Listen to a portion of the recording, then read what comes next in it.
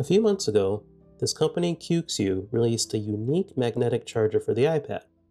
What made it stand out was that many people, including myself, began saying it felt like we finally had MagSafe for iPad. The charger itself is called the KUXIU M30 Magnetic Smart Connector Charger for iPad Pro and iPad Air, and I've been using it off and on for a couple months. The price typically falls between $30 and $50 on Amazon depending on whatever deals are running at the time, but it's relatively inexpensive. In 2022, there were rumors that the next iPad Pro redesign was going to see an implementation of MagSafe more like the iPhone and not so much like the Mac. But obviously that didn't happen. So how did this company essentially implement it? Well, they went with the most obvious solution, and that's building a charger around the smart connector and the magnets already built into the back or side of most iPads. I love the design of this charger. It's really clever and small, and it comes with a fairly generous, roughly 5-foot cable.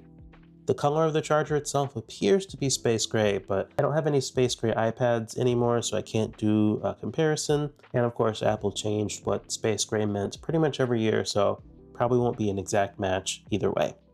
My favorite iPad color, of course, is silver, so I'm hoping one day a silver version of this product is released.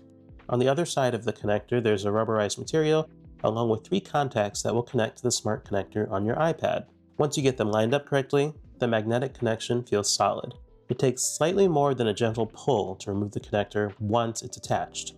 Along the bottom of the connector, you'll find a small alignment marker shaped like a USB port, which really just helps you line up where you place the charger on your iPad. The included cable measures just over 6.5 feet, which is refreshing compared to Apple's own charging cables, which are often obnoxiously short. One important thing to note is this charger does not include a power adapter, so you will need to provide your own USB-C power adapter. The charger itself is available for both 11-inch and 13-inch iPads. Now, since both models have different magnet layouts, a charger designed for one size does not work with the other. I almost made that mistake initially, thinking this thing was completely broken because it wouldn't connect to my iPad. Turns out I had ordered the version for the 13-inch iPad and was trying to connect it to my 11-inch iPad. Did not work, so make sure you're paying attention. The very nature of how this charger connects to the smart connector limits which iPads it can work with. It's designed for iPads that have the smart connector on the back, which really means the iPad Pro and the iPad Air. On the base iPad, the smart connector is located along the edge, and the iPad mini has never had a smart connector at all. For the most up-to-date compatibility information, it's always best to check the manufacturer's website, but at the time of this recording, versions of this charger are available for the 4th generation iPad Air and newer, as well as the 2018 iPad Pro and newer in both sizes. So the benefit of this charger is pretty straightforward. Magnetic charging of your iPad while keeping your USB-C or Thunderbolt port free for other accessories, and it does exactly that. One thing to keep in mind is that the charger relies on precise alignment with the smart connector, which means you really won't be able to use it with most cases. I'd argue this is very much a naked iPad accessory. And since it's utilizing the smart connector, using it alongside the Magic Keyboard is, of course, not going to work.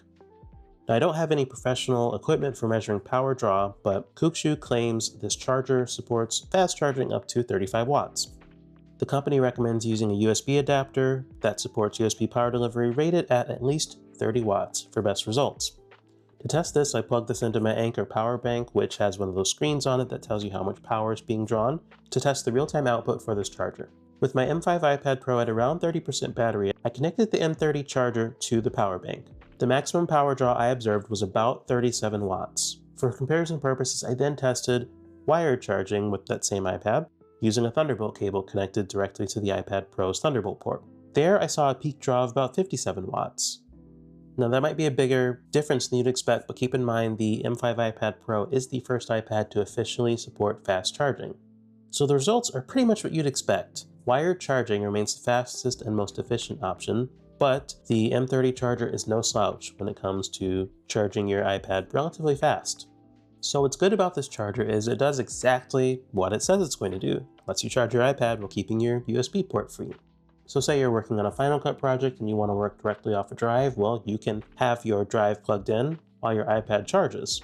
Or for example, if you're recording a podcast using a USB mic, again, you could do both while the iPad stays charged.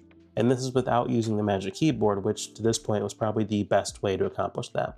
With iPadOS 26, Apple's really leaning into this whole iPad as a laptop use case, and that shift makes accessories like this more relevant. Because the moment you start treating an iPad more like a traditional laptop, port availability becomes a problem. I found this charger to be pretty useful when doing lighter tasks like reading or web browsing. Is it dramatically better than just plugging in a cable? No, but it is nice to actually make use of that smart connector for something other than the Magic Keyboard. As mentioned before, the included cable is long enough to be genuinely useful, and it's braided, which adds durability and overall just a nicer feel. There are a few issues that kind of dampen my enthusiasm for this charger. First, depending on how you hold your iPad, the cable can kind of get in the way, especially in portrait mode. I didn't have a ton of trouble with this myself, but I can imagine how it would be annoying for some people. Modern iPads already don't sit completely flat on a surface due to their camera bumps, and this charger makes that problem worse. The wobble you get when pressing on the area around the charger is pretty noticeable and frankly kind of annoying. This would definitely affect something like note-taking if you're using an iPad on a flat surface. But in my mind, the bigger issue is how this charger uses a smart connector. But before we get to that, let's take a brief detour back to 2015, when the smart connector debuted on the original iPad Pro. Since then, companies, well, basically just Logitech, has produced smart connector accessories that have been more affordable than what Apple offers. Many assumed this meant that Apple would eventually open the smart connector up more broadly, but that doesn't appear to have ever happened, at least not officially.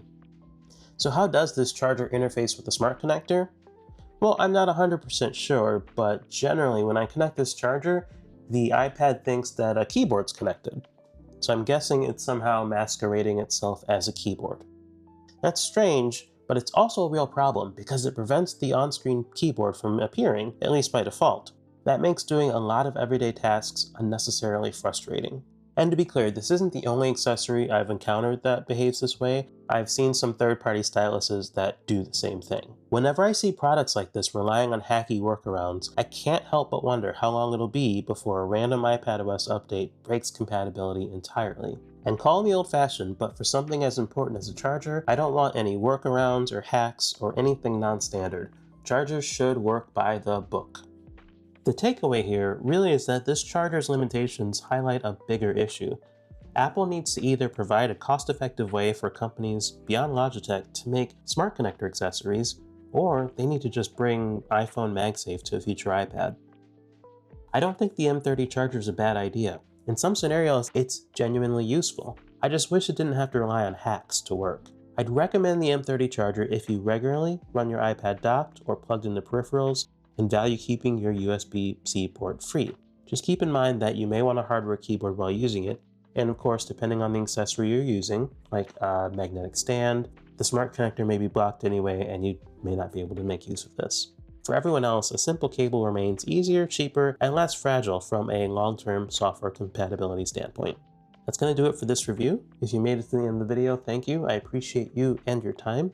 If you could like the video and subscribe to the channel on your way out, that helps me, the channel, and the website out a bunch. And with that, I will catch you in the next one. Thanks, and take care.